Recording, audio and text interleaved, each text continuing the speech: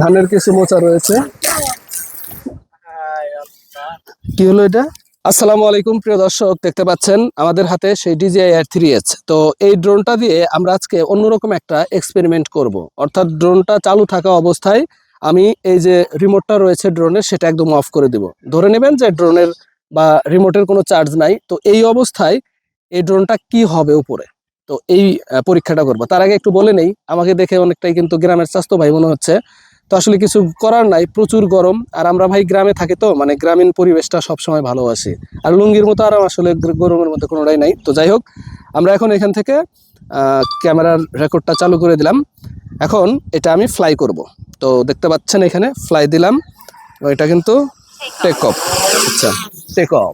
ওকে, home point কিন্তু update হয়ে গেল। তো আমরা এখন কি করব, এটা বেশি উঁচাই নিয়ে যাব না, কাছেই রাখবো।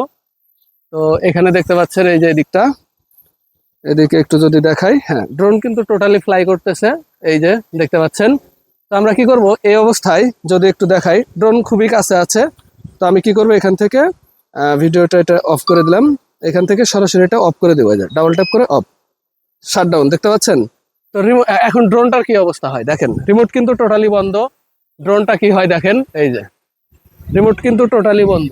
ড্রোন কি হয় দেখেন, রিমোটটা বন্ধ করার সাথে সাথে কিন্তু ড্রোন কিন্তু তার সেই লোকেশনে আবার কিন্তু ল্যান্ড করতেছে। তো এখানে যদিও আশেপাশে একটু এক্সাক্ট লোকেশনটা হয়নি মনে হয়, কারণ হচ্ছে যে যেহেতু এখানে আমি দেখতে পেলাম যে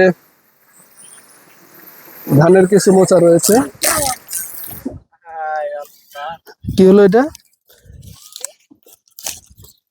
আচ্ছা, খুব ক্ষতি একটা হয় নাই। কারণ হলো কি, যে এখানে আমি যখন ড্রোনটা ফ্লাই করে এদিকে নিয়ে আসলাম, তখন হচ্ছে যে এটা হোম পয়েন্টটা এদিকে আপডেট হয়েছে, সোজাসুজি উঠে যে আপডেট হবে সেটা হয় নাই, আমি যেটার ভয় করেছিলাম। না হলে এটা কিন্তু হোম পয়েন্টেই আসতো। তো খুব বেশি একটা ক্ষতি হয় নাই, জাস্ট এখানে একটু লেগেছিল যে ধানের যে মোচাগুলো, তো এখানে হালকা একটু এটা একটু ক্রাশ করেছে। এছাড়া আসলে আর কোনো কিছুই হয় না, এটা খুব একটা সমস্যা না। তো যাই হোক, এই ধরনের ঝুঁকি নেওয়ার আগে আমার উচিত ছিল যে এই যে এই নাড়াটাড়ায় ধানের এইগুলা হচ্ছে কেটে ফেলা, তাহলে হয়তো বা এই সমস্যাটা হতো না। তো অল্পের জন্য আসলে বেঁচে গেলাম। আল্লাহ হাফেজ।